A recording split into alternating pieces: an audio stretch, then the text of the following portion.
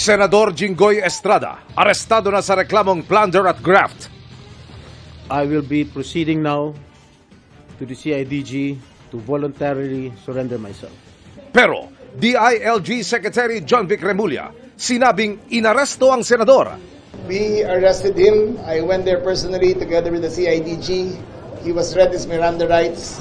Kapwa akusadong si dating DPWH Secretary Manuel Bunoan na sumuko sa CIDG. Dinala naman sa ospital matapos tumaas ang BP.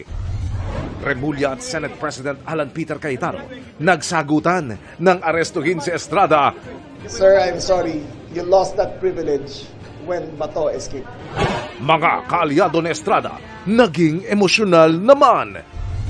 Sa pagkaaresto ni Estrada at pagtatago ni Senador Bato de la Rosa, mayorya at minorya sa Senado, tabla na sa bilang na tig-11. Pero dalawang senador, posible raw lumipat ng hanay?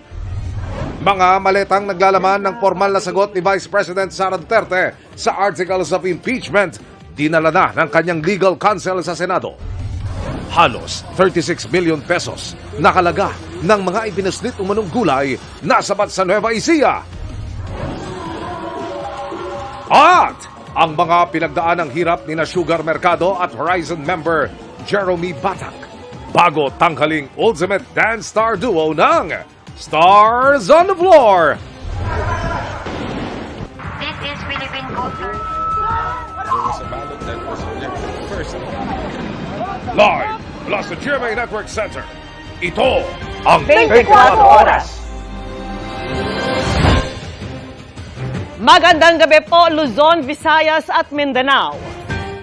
Pinaaresto ng Sandigan Bayan 5th Division si Senador Jinggoy Estrada para sa kasong plunder na walang piyansa.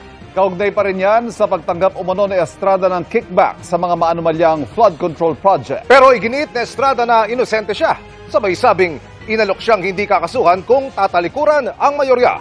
Nakatutok live si Maki Pulido. Maki.